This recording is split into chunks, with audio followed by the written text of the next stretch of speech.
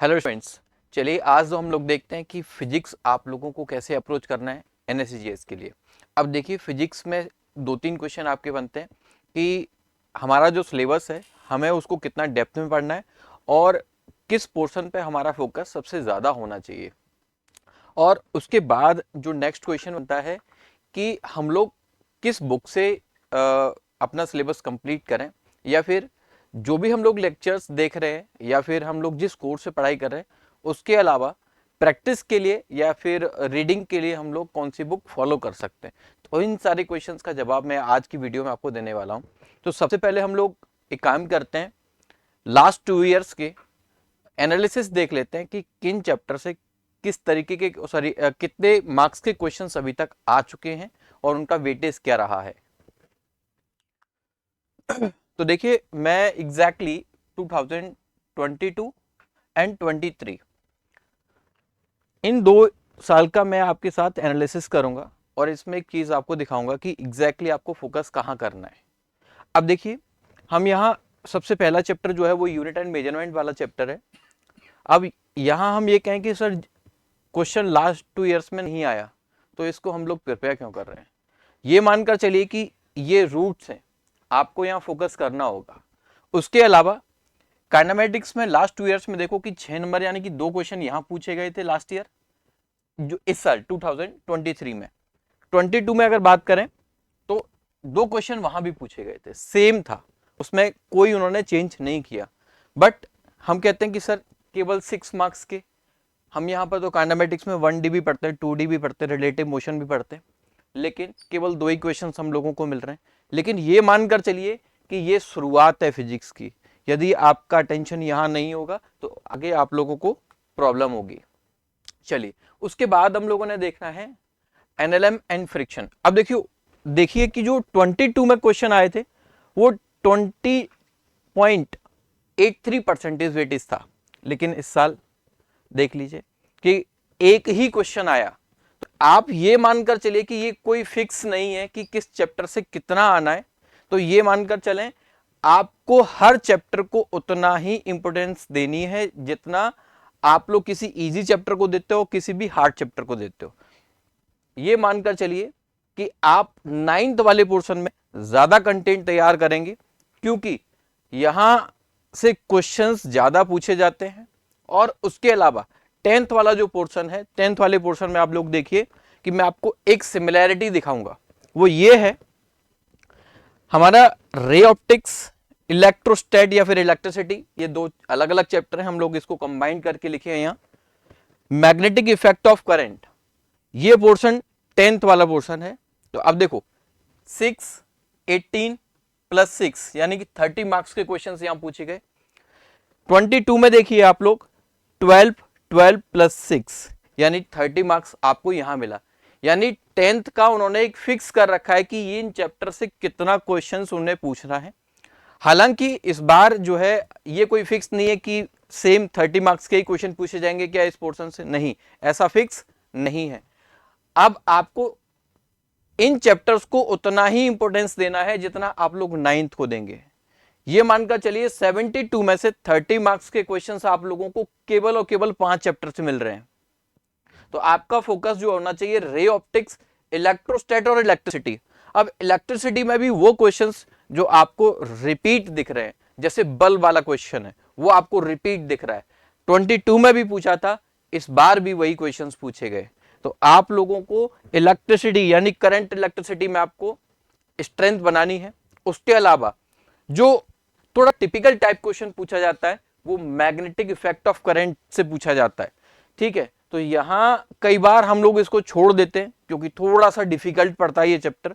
तो आपको छोड़ना नहीं है क्योंकि क्वेश्चन 6 मार्क्स का क्वेश्चन इस बार, सॉरी 2 क्वेश्चन यहां पूछे गए इस बार, same as it is 6 marks के क्वेश्चंस यहां पूछे गए थे। तो इस चैप्टर को भी आप छोड़ नहीं सकते हो।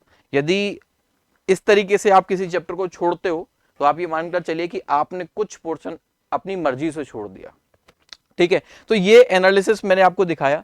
अब देखो इसमें एक और चीज मैं आपको दिखाता हूं कि यहां हमारा फ्लूइड जो था वो 16% था और 22 की बात करें तो यहाँ पर 9 नंबर के क्वेश्चन पूछे गए थे, यानी कि 12% ही इसका वेटेज था, ये मानकर चले।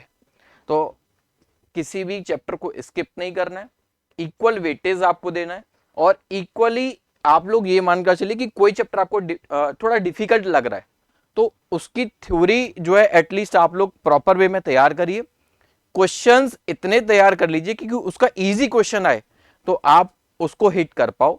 यदि कोई डिफिकल्ट क्वेश्चन आ रहा है तो हाँ आप ठीक है, अगर हम नहीं उतना प्रिपेयर कर पा रहे तो बाकी अदर चैप्टर्स में हम अपनी स्ट्रेंथ बनाएं। तो ये आपको डिसाइड करना है कि आपको कौन सा चैप्टर इजी लग रहा है, कौन सा चैप्टर डिफिकल्ट लग रहा है, और उनके वेटेज के अकॉर्डिंगली हम लोग ये मानकर चले कि फिजिक्स में आप एटलीस्ट 72 में से 50 मार्क्स हिट कर सकते हो आराम से, कोई दिक्कत नहीं आएगी। ठीक है, तो ये रहा कंप्लीट एनालिसिस आपका फिजिक्स का कि कहां आपको कितना अपना एफर्ट्स डालने हैं।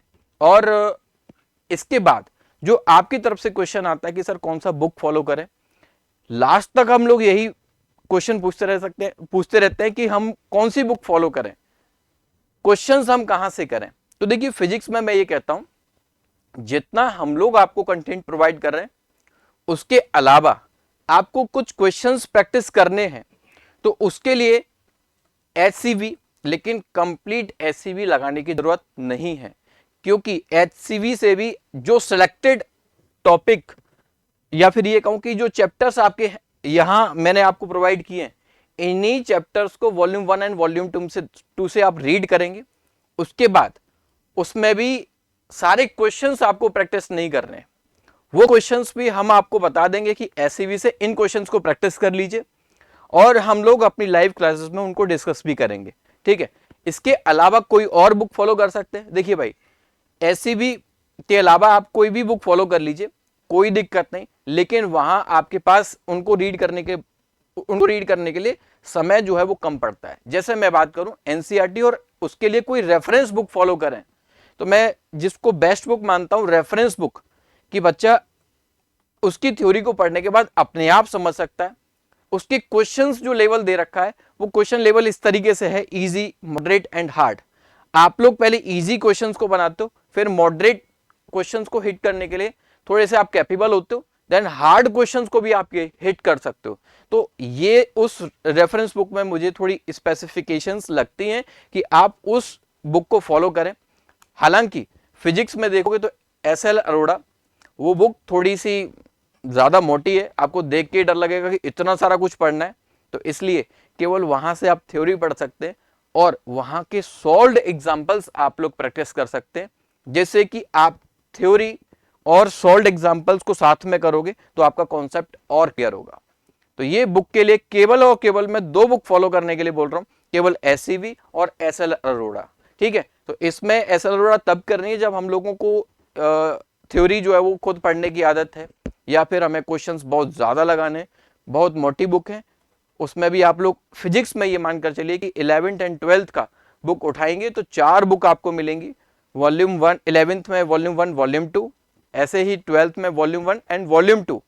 लेकिन उसमें सब कुछ आपको नहीं पढ़ना, उसमें आप लोग उन क्वेश्चंस को छोड़ सकते हो जो आपके लिए जरूरी नहीं है। अब ये कैसे पता करें कि कौन सा क्वेश्चन हमारे लिए जरूरी है और कौन सा नहीं, तो इसके लिए हम आपको अपने लेक्चर्स में बताते रहेंगे कि भाई आप लोग इन चैप्टर्स को इस लेवल तक तैयार करें। ठीक है, तो ये बुक का भी मैंने कंप्लीट डिटेल आपको प्रोवाइड कर दिया है। अब देखिए फिजिक्स में मैं आपसे ये कहता हूं कि पहले आप लोग अपने कॉन्सेप्ट्स क्लियर कराएं, उसके बाद आप लोग सॉल्व्ड एग्जांपल्स लगाएं, जिससे कि आपकी अंडरस्टैंडिंग बैठेगी कि आपको क्वेश्चन को कैसे अप्रोच करना है। जब आपने क्वेश्चंस लगा लिए हैं, यानी सॉल्व्ड एग्जांपल्स लगा लिए हैं, उसके बाद आप लोग किसी नए क्वेश्चन को हिट करें। लेकिन किसी नए क्वेश्चन को अप्रोच करने से पहले मैं ये कहता हूं कि सॉल्व्ड एग्जांपल्स को एटलीस्ट 2 बार सॉल्व करिए। एक बार आपको क्या करना है कि सॉल्व्ड एग्जांपल्स को प्रॉपर सॉल्यूशन के साथ देखिए, इससे आपको यह पता चलेगा कि आप एग्जैक्टली क्वेश्चन को कैसे अप्रोच कर रहे हो और कैसे अप्रोच करना चाहिए।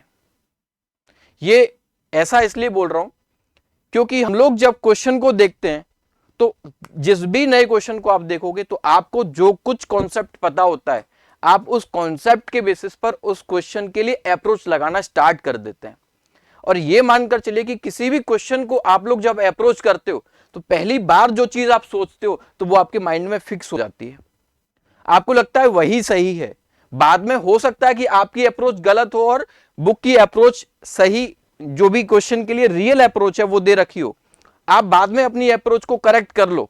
लेकिन आप जब एग्जाम के टाइम पर मान लीजिए सेम क्वेश्चन भी देखते हो ना, तब भी आपको यही लगता है कि जो आपने पहली बार सोचा था वही है। ये थोड़ा साइकोलॉजिकल इफेक्ट पड़ता है हमारे क्वेश्चंस के साथ कि कॉन्सेप्ट कैसे लगाना है, क्वेश्चन को कैसे अप्रोच करना है, ये चीज ध्यान रखिए। सॉल्व एग्जांपल्स को एटलीस्ट 2 टाइम्स आप लोग अप्रोच करें। एक दो सॉल्व क्वेश्चंस को साथ के साथ उसके सॉल्यूशंस के साथ स्टेप टू स्टेप सॉल्व करते जाइए।